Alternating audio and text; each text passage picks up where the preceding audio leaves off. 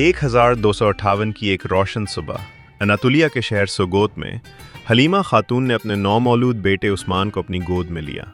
قبیلے کے خیمے میں ہلکی دھوپ داخل ہو رہی تھی۔ قالینوں کی خوشبو اور لکڑی کی جلتی آگ کی حرارت ماحول کو پرسکون بنا رہی تھی۔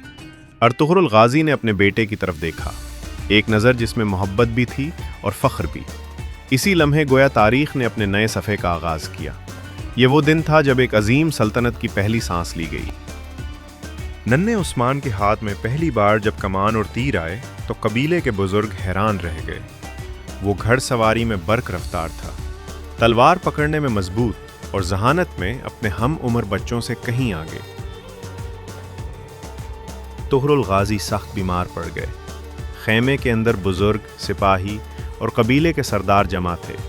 عثمان اپنے والد کے سرانے کھڑا تھا، آنکھوں میں عزم، دل میں دکھ، مگر ارادے فولاد جیسے۔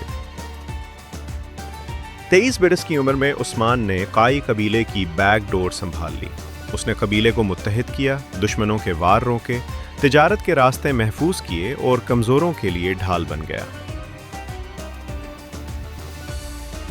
ایک رات عثمان نے ایک عجیب و شاندار خواب دیکھا۔ ایسے لگا جیسے چاند اس کے سینے میں داخل ہوا اور وہاں سے ایک گھنا نورانی درخت ابھرا۔ درخت کی جڑیں زمین میں پھیلی ہوئی تھیں اور شاخیں آسمان تک پہنچ رہی تھیں۔ دنیا بھر میں سایہ پھیلا رہی تھی۔ یہ خواب اس کے دل میں خدا کی طرف سے ایک خاص پیغام بن کر اترا، ایک عظیم مشن، ایک مقدس ذمہ داری۔ اگلی صبح عثمان خواب کی تعبیر جاننے شیخ عیدبالی کے پاس گیا۔ شیخ نے مسکرا کر کہا، اللہ نے تمہارے خاندان کو ایک عظیم سلطنت کے قیام کے لیے چن لیا ہے۔ یہ سلطنت دنیا میں عدل، امن اور روشنی پھیلائے گی۔ یہ الفاظ عثمان کی روح میں اتر گئے۔ اس نے فیصلہ کر لیا، وہ ظلم کے خلاف کھڑا ہوگا اور انصاف کی بنیاد پر ایک نئی دنیا بنائے گا۔ عثمان نے سب سے پہلے اپنے قریب کے بازنطینی قلعوں اور افواج کے خلاف قدم اٹھایا۔ وہ حملہ بھی حکمت سے کرتا، پسپائی بھی انداز سے۔ ہر جنگ کے بعد اس کی شہرت بڑھتی گئی۔ وہ صرف جنگجو نہیں رہا، وہ ایک رہنما، ایک حکمت والا سپہ سالار بن گیا تھا۔ 1299 میں عثمان نے بازنطینی سلطنت سے مکمل آزادی کا اعلان کر دیا۔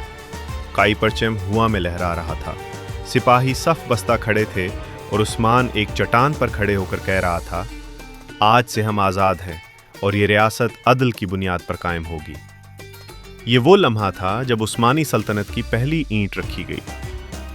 وقت گزرتا گیا، عثمان کے ساتھ اس کا بیٹا اور خان بھی میدان میں آ کھڑا ہوا۔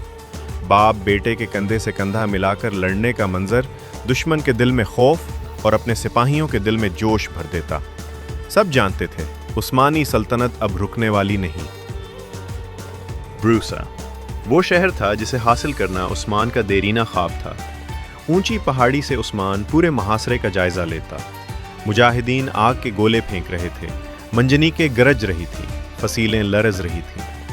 یہ محاصرہ بڑے صبر، حکمت اور قربانیوں کے بعد کامیابی کے قریب تھا، اور عثمان جانتا تھا کہ بروسا ان کی طاقت کی بنیاد بنے گا۔